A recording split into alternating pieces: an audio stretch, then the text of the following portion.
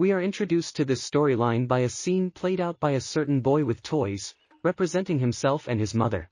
Watching this play, we learn that the character grew up without a father, blaming his mother.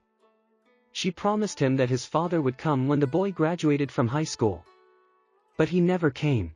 At this point, the cops burst in and arrest Kim Shin for brutally murdering someone's family, including a child.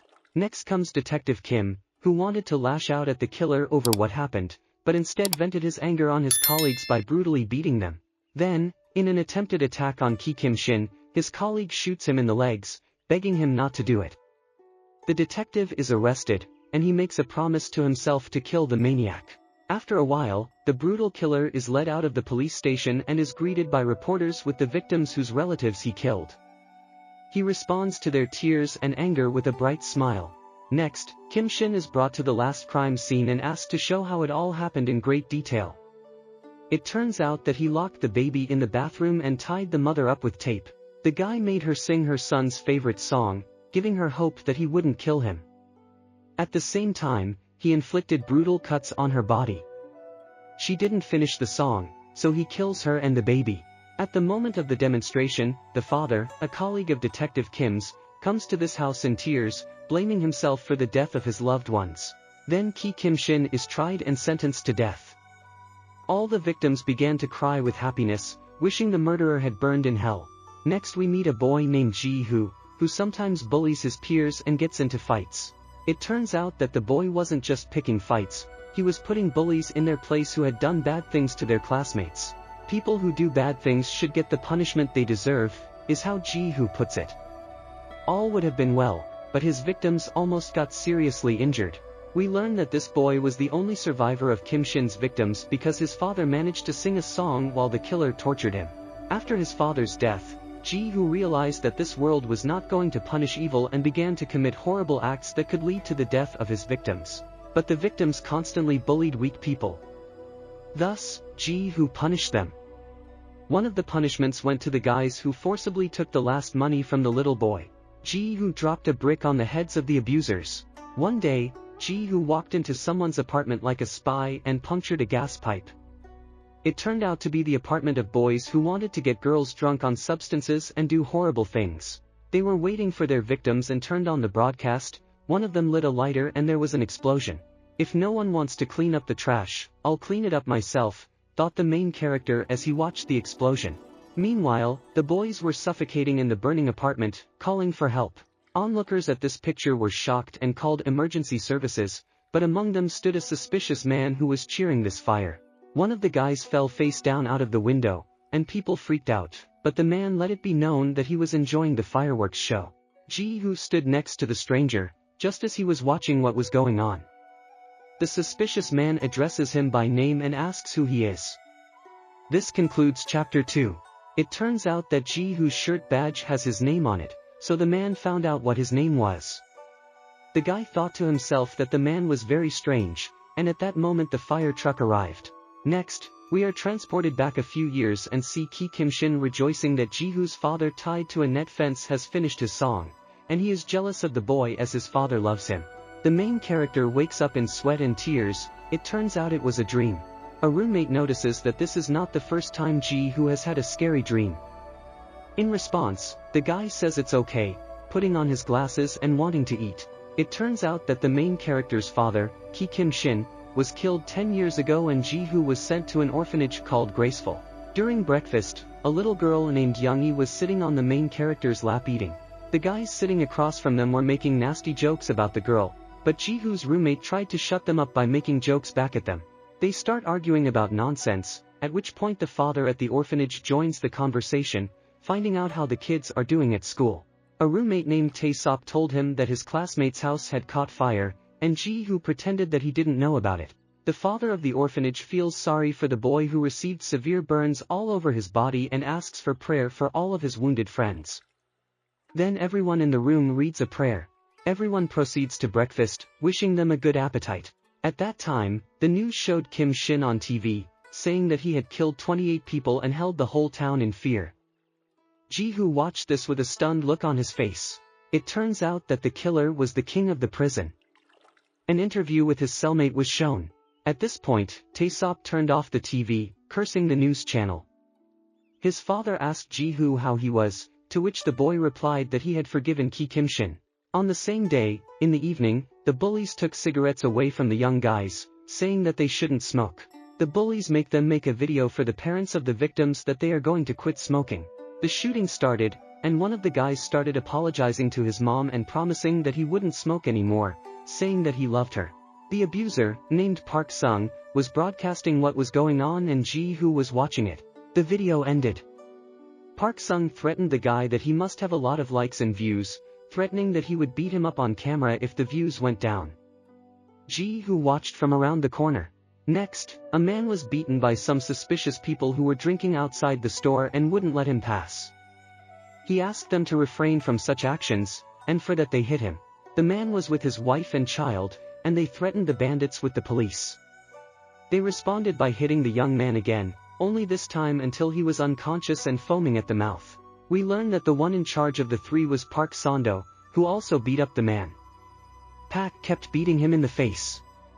His wife begged him not to, at which point the police arrived and the thugs ran away.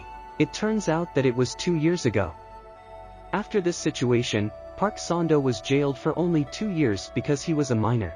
After his imprisonment, Pak started a YouTube channel. He made videos on all kinds of topics. His channel really took off. Park Sun became popular because of his terrible wordplay. The situation continued with him and the guys who were smoking. Through threats, the guy promised that he would work harder. Park Sung goes to his car, saying that there are only bastards around. He notices that his car is scratched. At this time, Jihu stands behind Park with a hammer and hits him in the head. Jihu asks him if he has any idea of the pain the son of the man that Park Sando broke his spine went through. The boy took another swing, but Park pulled away in fear. GH makes another attempt, but the man knocks him down with his grip and knocks him to the floor, the hammer falling to the pavement. The guy realizes that he can't kill him with the hammer because he doesn't have the strength. He punches Park with his fist, but the man sneers at him and hits back much harder. Park Sung beats Jihu to a bloody pulp and he loses consciousness. After a while, the boy wakes up bewildered by Park's screams. He has been grabbed by the same stranger at the burning house, telling him that his fist is irrelevant. The man grabbed his genitals and squeezed with tremendous force. Park Sung howled in pain. Then the stranger started strangling the guy, and he passed out after 3 seconds. But he didn't stop there, he continued strangling him to death. Chapter 4. The man shows how you can strangle absolutely anyone. At this point, Jihu stops the stranger and tells him that he must not be killed. He begins to perform CPR. The guy comes back to life. Jihu says he can't kill him because he has to feel at least half of the pain he inflicted on his victims. The guy takes the hammer and finishes off Puck. The stranger smokes a cigarette and offers it to the main character, but in response he asks him who he is. The man replies that he is someone who wants to help him, because Jihu is very weak and may be near his father. The guy freaked out and made him answer who he was. The mystery man replied that he was a former detective who hunted down Kim Shin. Also, Kim Shin killed his wife and child. The detective twists Jihu's arm and says he can help him get stronger. The guy lashes out and says he's going his own way, but the man persuades him, saying that if he agrees, he can kill Kim Shin personally in prison. The next day, at school, Jihu is asked by some girl who beat him up like that, but he answers by lying and saying that he fell down the stairs. They don't believe him, but he keeps lying. The girl believed him, but said that if they beat him up, she would deal with them. She goes on to say that she works out and goes to the gym. Dooseok jokes and asks why she does it, and instead of answering, she elbows him. The heroine asks the guys what they will be doing tonight, since she wanted to take one of them to help her at the store. Jihu at first says there are no plans, but then he sees a message from a stranger and says he will go to meet a friend. Sia's parents are the owners of a mini-market near the orphanage. Because of this, Jihu, Sia and Taehop have always been together since childhood. Next, the hero walked through the forest to meet a stranger. He started hallucinating, allegedly seeing his father singing a song. He stumbles into the garage, is greeted by a man and praises him. They went inside the garage. The detective called it a place where Jihu would grow stronger. It is a training bunker. The man learned about this place when he served in the army. Also, it is abandoned, so there is nothing to worry about. It turns out that when the stranger was young, he worked as an operative. Also, he said that in order to kill Kim Shin, he had to become stronger and survive the battle with the detective and hit him. According to the stranger, Kim Shin is a monster who killed 3 high-ranking detectives by himself. He started choking Jihu, explaining that if he didn't get stronger, he would die. The man decided that Jihu, like him, was just an instrument of revenge. Meanwhile, the nearly strangled fellow abruptly drew a knife from his pocket and almost hit the detective, but he ducked. The stranger praised him, saying that his fighting spirit was commendable. However, if Jihu were to depend on that lousy cutlery, he would never be able to kill Kim Shin. At this time, Kim Shin is keeping the whole prison in fear by stabbing one of the inmates in the eye with a spike. He openly says that he came into the room in the middle of the night to kill someone. His victims respond by apologizing and promising that they will never go near him again. But Kim Shin bites the victim's finger with brutal force. The killer says he won't kill them, except to break them up a little.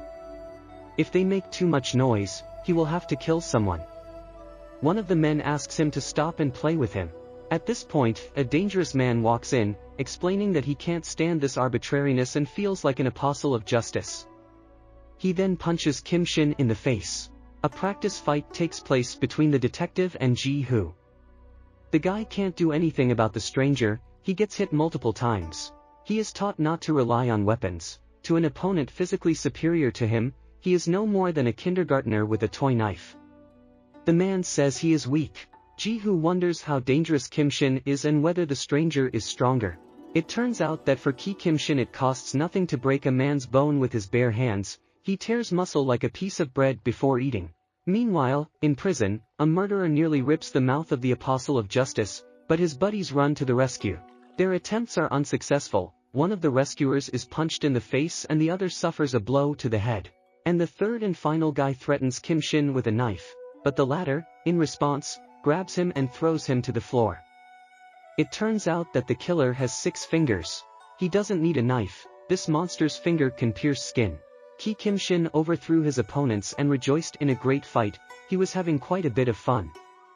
Then he called some people to clean up the bodies. One of the prisoners says he's worried about his buddy, because he's often alone with Kim Shin.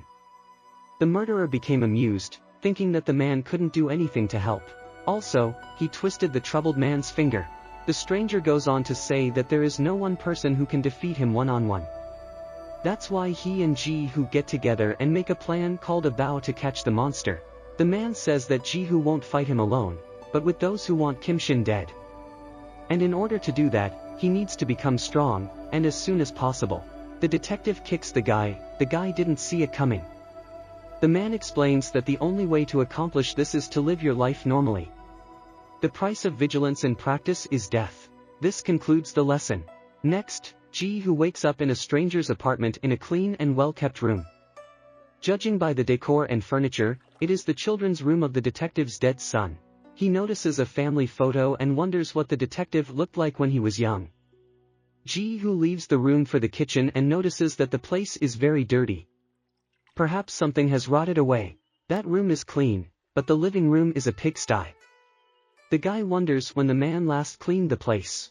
Standing in his underwear, in the middle of the filthy room, he finds a letter he received from Kim Shin. In it, the killer refers to the stranger as Daddy. Jihu is perplexed. Kim Dooseok tells him that it's just bullshit. But the guy insists and asks for an explanation. Dooseok replies that he himself doesn't understand why the devil calls him father. Meanwhile at the prison, the men who cleaned up Kim Shin's victims don't understand why he asks every week for a picture of the father of the child he killed. The killer says the dad is still alone, looking at pictures of the detective. Kim Dooseok tells the boy that 15 years ago he met Kim Shin's mother. He wonders what would have happened if that meeting hadn't happened. We are transported back 15 years. An unkempt and apparently poor woman turns to a young detective, saying that they were made for each other. He stands puzzled and asks who she is. She tells him that her name is Oh Jin-suk. According to her, they were in love. Dooseok says if she bothers him, she'll get in trouble, because he's a cop. In response, the woman calls out to little Kim Shin, asking him to say hello to his father. The man disagrees that this is his child and that he is seeing this woman for the first time, but she makes the argument that they love each other. Jinsook holds out a package to him and tells him to open it, promising that he will be shocked. Dusk in fright asks what's in there, opens it and sees some trash that looks like magazines and posters. The woman is indignant and says they are all memories associated with him. She assures him that she is his lover. She does not understand why he pretends they do not know each other. The man is completely confused and says that she has lost her mind. Kim Shin grabs his mother by the hair and tells her it's time for them to go home. The woman agrees through tears and they leave. But Dooseok stops the boy and gives him money so they can make dinner. Also, he asked to be kinder to her. Kim Shin took the money and agreed, calling him daddy. This was the first meeting between the detective and Kim Shin. He thought it was just a crazy family, but 5 years later Shin turned 20 and started killing. His first victim was Jihu's father. It turns out that the killer has a strange compulsion to be around his own family. That's why he found someone and called him father. Watching the other families, he gets jealous and craves murder. Jihu recalls being a kid and watching flying planes with his dad. Afterward, the boy asks Dooseok to let him kill Kim Shin. He wants to know what happens after the killer dies, wants to become stronger.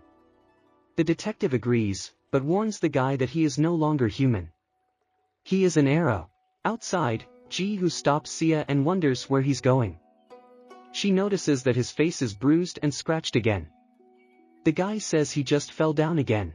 The girl doesn't believe him, but Jihu runs off, supposedly to meet Chong-soo. Jihu was beaten by a gang of bandits, to the point of bumps and bruises. That's when someone came in and they ran away. It was Dooseok, who reported that the fight lasted 3 minutes. Jihu was defeated for lack of stamina and strength. Serious training began. The guy was carrying 80-pound bags, in order to strengthen his muscles and endurance. His lower body had to be very strong to keep his balance. Dooseok made him drink a special drink to get it all in, for that is the key to defeating Kim Shin. Also, he warned him not to let his guard down, under any circumstances. The man took Jihu into a chokehold. Every training session was hell. They drove the guy to unconsciousness and to injury. But it worked. Jihu became stronger. He was striking clearly and forcefully against the older men. He gained a lightness of body and a sense of rhythm. At the moment when the guy gets hit in the head with the bat, Dooseok appears and helps him deal with his opponent. Meanwhile, Jihu was lying on the floor almost unconscious. The guy continued to have training. The man explains that whoever was holding the bat earlier was the victim of an attack. Jihu must hold an axe, a hammer, or a knife. He must strike his opponent with a single blow. 4 months later, the guy is even stronger. His punches were even more precise and powerful. He was beating everyone at master level. He could do anything. Training was getting harder. He could lift 3 80-pound bags. Jihu could even handle an opponent with a knife. He was able to remove the bark from trees with his bare hands. There were fights where he took interesting tactics. He would disappear from his hoodie and move behind his back. His body grew stronger. He took on the shape of an arrow. Next we are shown a certain subject who brutally murdered a bar employee, but he was released because of health problems. Jihu breaks into his apartment. The man, bewildered and fearful, asks who he is and how he got here. The answer he gets is simple: the arrow. Now his next training is to kill. Before that, Dooseok warned the guy that their object is the same as Shin. He also brutally killed an innocent man.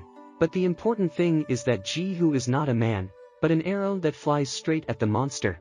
The victim tried to grab the guy, but he twisted his arm and punched him brutally in the Adam's apple. The man began to speculate that it was all about that murder. He grabbed the knife and put it to Jihu's face. In response, the guy grabbed the knife and threw the man against the door, breaking it down. The protagonist started beating him in the face, not sparing him. The man began to call for help, but all his attempts were empty.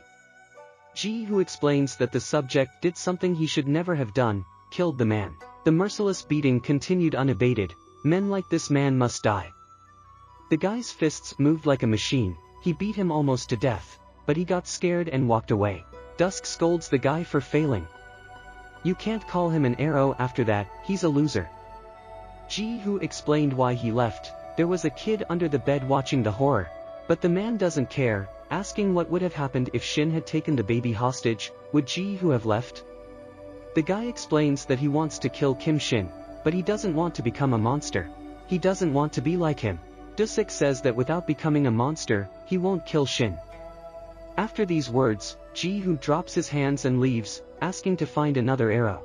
The man scolds the hero, but the man responds by saying that the kid is the same age he was when Shin almost killed his father.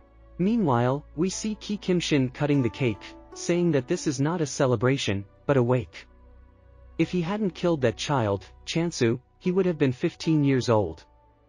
They proceeded to trapeze. At this point, Kyanji walks in with an envelope. He refuses the cake and calls it an abomination. Next, Dooseok and Jihu take a shower, because after every fight you have to wash, because the smell of blood gets absorbed into your body. The man says that his son died that day. Dooseok rubs the guy's back and tells him that he stopped being human because of a lust for revenge. The idea that it's hard for people to kill monsters hasn't gone anywhere even now. He promises that he will do anything to get Kim Shin dead. Jihu worries that the man will become a monster like Shin and asks if Chansu would approve. Dooseok realizes that he wouldn't have liked it, since he was very kind. The boy imagines how he would talk to his father now, instead of Dooseok. At this time, Shin is looking at a photo of a man, and his cellmate asks him why he keeps asking for his photo. In response, Kim Shin breaks his lower jaw as he continues to look at the photo. The murderer notices that Dad is not alone in the picture, but with someone. He gets angry and thinks that Dooseok must think only of him.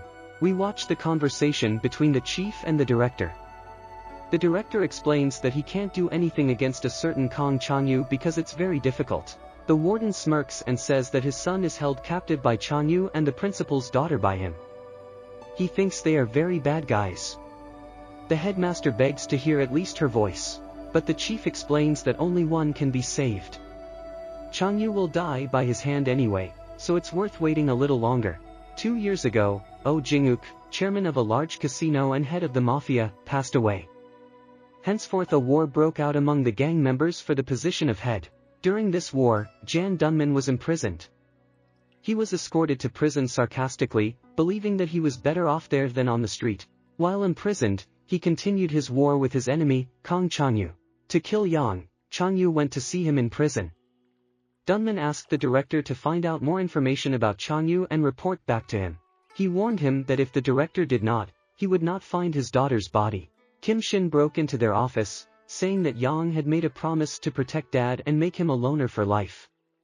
Dunman thought so, but there was someone beside his father. Yang thought it was a random person, but Shin is sure it's not. He thinks the man is communicating with his dad. Kim Shin promises to make him single right now.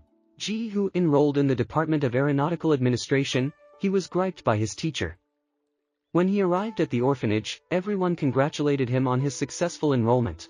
The boy is surprised, but his family is madly happy for him. His father is proud of him. He can become a pilot. Jihu calls his success a credit to his teacher, and the boys start eating, and the ribs turn out great. Sia wonders if Jihu always wanted to be a pilot, because she didn't know that. The guy says he's been trying very hard all along. We learn that the girl wants to join the Department of Social Services. Her father praises her and jokes that it would be problematic if Taesop wants to go there too. Sia clearly doesn't want him to go there. The boy says he's studying for a police test, and he'll work in that field. The elderly man even cried, for time goes by very quickly. At this point, Jihu interrupts the conversation and tries to leave for some kind of meeting, but it's not that easy. Everyone is upset. The main character leaves anyway, slamming the door. The brother and sister resent him and decide to eat all his food. Meanwhile, Jihu goes to his usual time, to the training hangar. He reasoned that his friends would make good adults. Taesop would suit the role of a policeman. Jihu promised Dooseok that he would go to an adult prison when he reached 20 years of age. He would go to Kim Shin, and he would pay for all his sins. As the boy was training, Sia and Taesop were discussing Jihu, saying that he's been very strange lately. The boy wore the clothes of the main character. The girl thinks that Jihu will leave them suddenly, disappear from the world like a speck of dust. The boy doesn't understand why their friend left so abruptly. He walks Sia out and heads for the house. Walking down the alley, Taesop wonders if Jihu will really disappear. At that moment, he gets hit in the head with a bat. The hired men mistake him for the main character, because he came out of the orphanage and was wearing Jihu's clothes. The sop is finished off with an axe to the back of the head. Kim Shin tears up pictures of Dooseok and Jihu, eating a piece with the words that he won't give his daddy to anyone. His cellmates get fed up with this and suggest that he leave it alone. Yang strokes the dog and says that this time he has kept his promise. Meanwhile, Jihu and Dooseok are having a serious training session. The guy tried to knock the man over, but he reacted and elbowed him in the head. The main character got stronger, but he lacks speed, and the coach suggests that they eat after practice. They go to a noodle shop. The man wants to know where Jihu will enroll. In response, the guy says he doesn't want to go to university and wonders how the detective knows he passed his exams. As it turns out, Dusk is following him. But the guy doesn't get upset or surprised, because he's an arrow. The man says he's been following him since he was a little boy, because he's the only kid who's seen Kim Shin and survived. Dooseok saw all of the boy's accomplishments, his enrollment in school, all of his awards and victories. Also, he saw young Jihu eat pork with sweet and sour sauce with the kids from the orphanage after graduation. He saw everything all the way through high school. The first time they met, the boy was just a baby, and now he's so grown up, the years have passed quickly. Jihu understood everything. Ever since he started seeing Dooseok, he had forgotten his father. As they were talking, the protagonist received a call from Sia's girlfriend in tears, asking him to come as soon as possible. She reported that something had happened to Taesop. The boy is hooked up to the machine, and Jihu looks at him with horror. His father and Sia are standing next to him in tears and grief. The doctor says someone chopped off his toe, severing the nerves in his leg. The girl asked Jihu if he knew anything about it, but the guy stood there terrified and didn't understand. Then he said he was going to kill someone. He walked out of the hospital. He called Dooseok and told him what had happened to Taesop, exactly what had already happened to another man. The trainer said that a small group from the same organization did it. It's also learned that these thugs mistook Taesop for Jihu. The guy got mad, saying he was going to kill every last one of them. The man tries to talk him out of it. Jihu gets even angrier, but they agree that the guy will kill Kim Shin and Dooseok will deal with the bandits. At the end of the conversation, the man says that Jihu will kill Shin even if he isn't there. He hangs up the phone. Meanwhile, some thugs were beating up an elderly man, asking him to sign a contract. The men immediately got excited, saying that they needed a down payment and that it would be generous. At this point there was a knock on the door and they introduced themselves as a delivery service, but no one had ordered anything. The bandits thought they had the wrong address. One of them opened the door and was thrown back with great force. Dooseok introduced himself as the Grim Reaper, punching the guy in the face with his fist. He asked to call Junkie. Then the rest of the gang came running in and asked if they were being beaten, but the attacker was one man. They were very surprised, for it was an old man who they thought would do them no harm.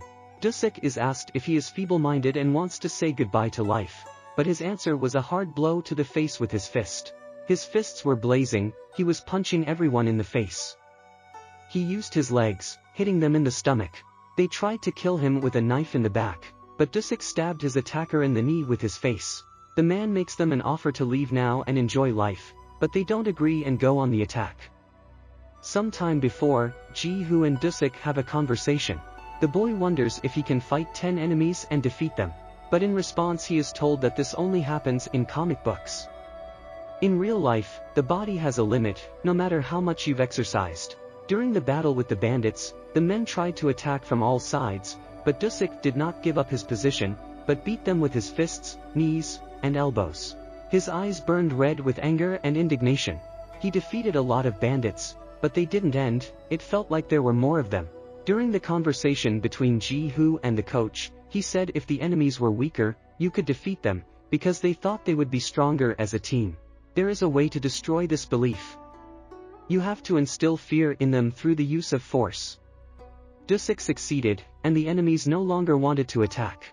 If you don't scare them, death will catch up with him. It was after that the group would disintegrate, and the individual frightened people would be left. At this point, a guy named Junkie came in. Dooseok's fear dissipated in an instant.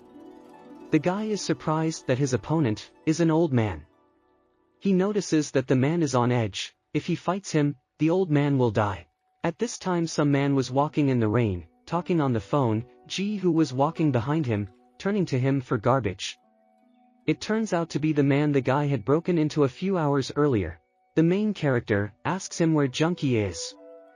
Meanwhile, in the prison, Yang plays with the dog, giving him different commands, but he does not want to do the command to lie down. The boss gets angry and yells at the animal, with words to lie down. One of his subordinates bursts in and says that Kim Dooseok has invaded Junkie and he is stronger than they thought. Yang says that the others shouldn't go there, it would be unnecessary. After all, he trained Junkie himself. Meanwhile, Jihu beats his victim. The man says that he really doesn't know who Junkie is. He calls Junkie a bastard, that he's the boss of all fighting groups. Dooseok knocked the head bandit's tooth out, calling him a monster. This was the first time this had happened to him. However, Junkie knocked out the trainer, saying that he would be alive if he hadn't met him. In jail, Kim Shin bit someone's fingers to the point of horrible pain. They tried to stop him, but he was punched in the face in return. Shin was unhappy that someone was trying to hurt his dad. He continues the fight, using his usual techniques. According to him, the only one who can hurt Dooseok is Shin. They all ask him to stop, they are all on his side. The murderer throws his cellmate to the floor with force. He says that they are like a crocodile and a bird, he can catch them at any moment, it costs him only to close his mouth. At this point Yang comes in and slaps Shin in the face. The guy tells him that the boss is on time, because he wants to ask him a lot of questions, but now his cheeks hurt. Yang says the punch is medicine for a rabid dog. Kim Shin was about to grab the boss, but the man showed him a picture of Dooseok lying down, asking who his life depended on. The warden threatened him that he could make one call and Dooseok would go to the depths of the sea. Shin got even angrier and said, "Don't touch daddy, he's his." In response, Jan said that if Kim would do something for him, he would give daddy back. But if he bit him, he would never see daddy again. Meanwhile, disconnected Dooseok lies in an unknown room, hooked up to a life support machine. The doctor says he can hear and see, but he doesn't understand anything. Junkie's servant asks if he should keep an eye on this grandpa. The guy asks what else he wants. Also, he advised him to wash his hands more thoroughly, he still stinks. Henim is very serious now, and because of that he is threatening the boy that he might not show up here anymore. Dooseok started making some indecipherable noises, and everyone was surprised. Junkie said that someone like him couldn't die. He went up to him and asked him why Grandpa had come here. The hero said, clasping his nose against the stench, that Dooseok could have lived in peace, but now he would fall asleep. 4 months have passed. Jihu is turning 20 and his family has prepared a cake and congratulations for him. Everyone congratulates him and is happy that he has grown so much. His father wonders what the kid will do, since he passed his entrance exams. Jihu says that he and Sia and Taesop will go to an amusement park. The kids rode the slides, ate ice cream and cotton candy, rode the merry-go-round, and ate pizza. Also, they sang karaoke while dancing with tambourines. After the festivities, they went to the subway and the sop fell asleep. Sia is glad that Jihu is back with them. She confesses that in those days they were like a stranger. She thought the guy would just take off and disappear. But now she's sure it was just an illusion. The girls said that the main character would always remain the one they knew. At this point she pulls out a present from her bag. It is a hooded sweatshirt.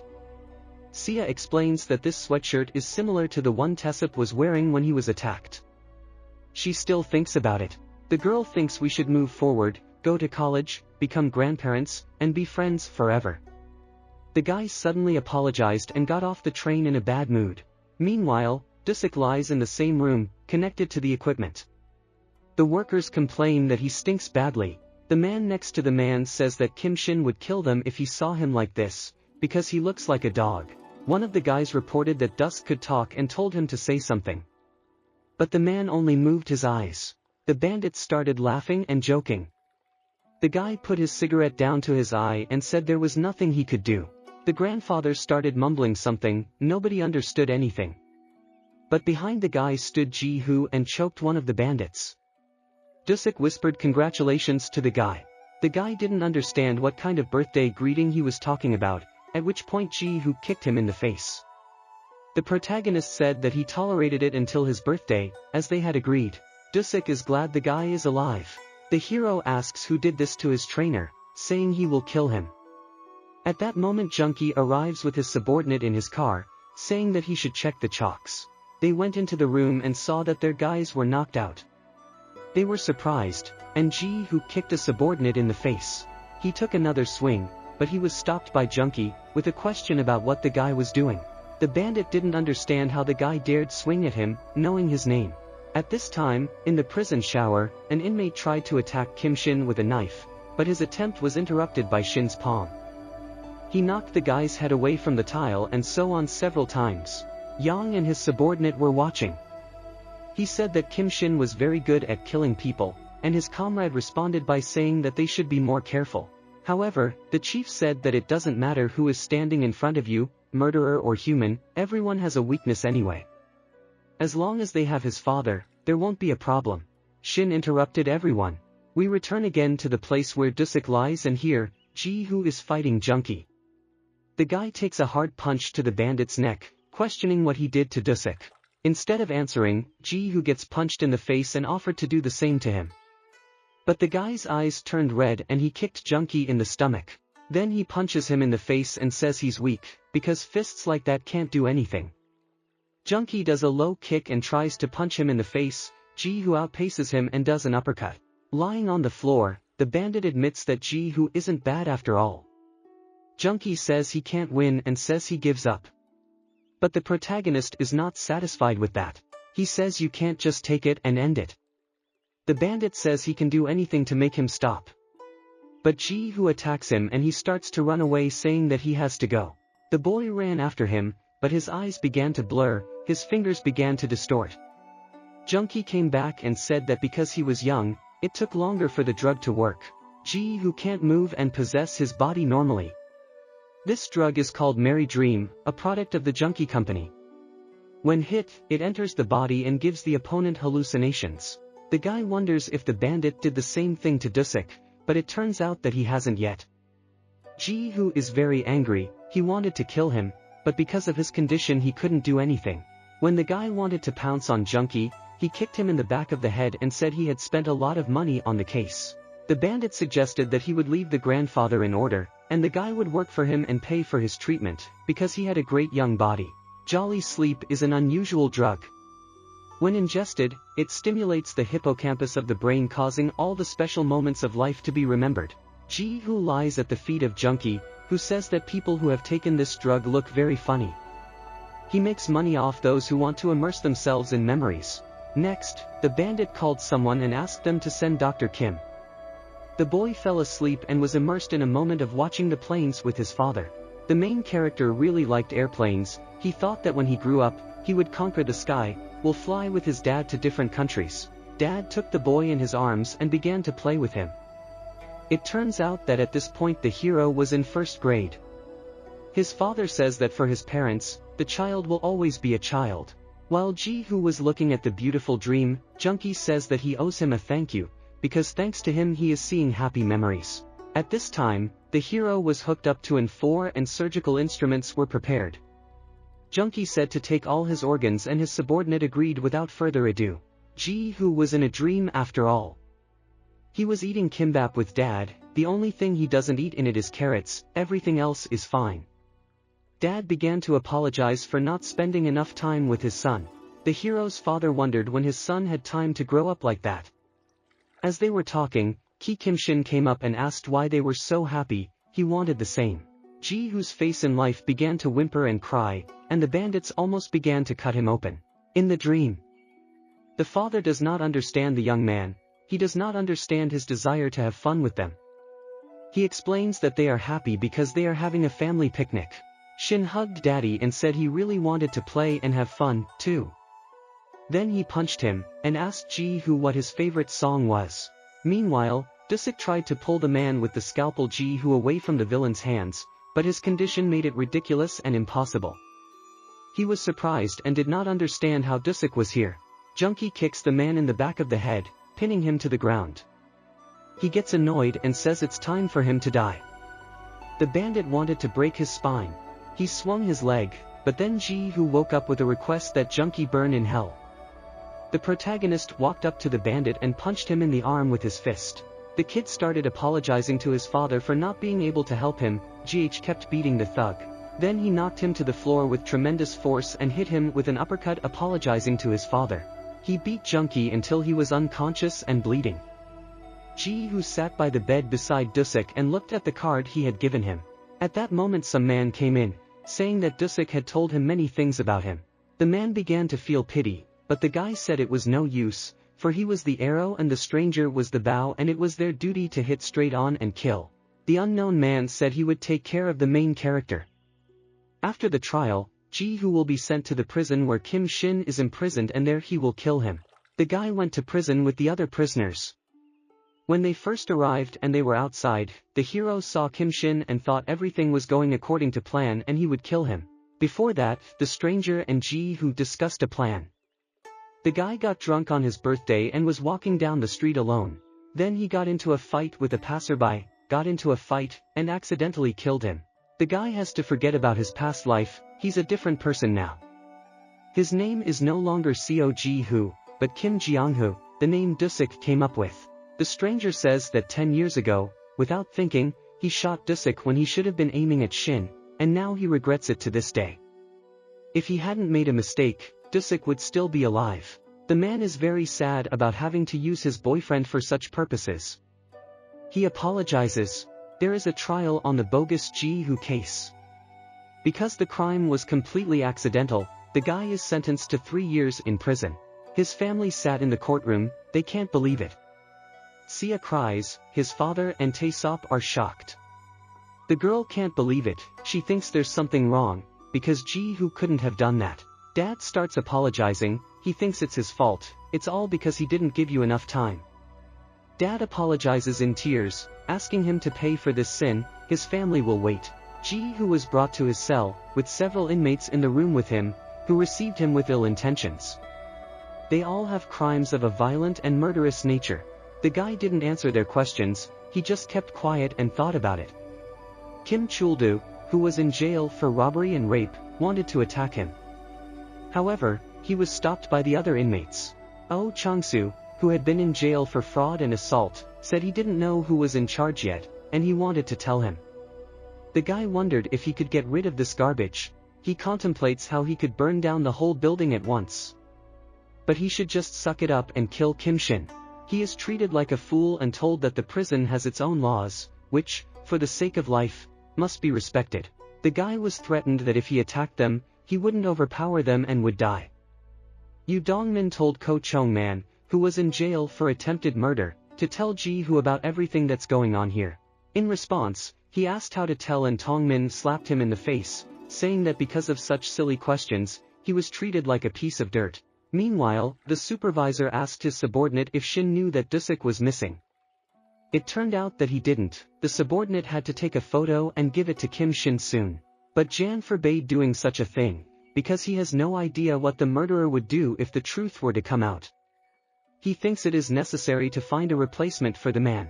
Chanmin was kicking Jihu, which looked ridiculous but funny. Thus, he was teaching him the rules in this prison. He said you can't make mistakes in front of Henim.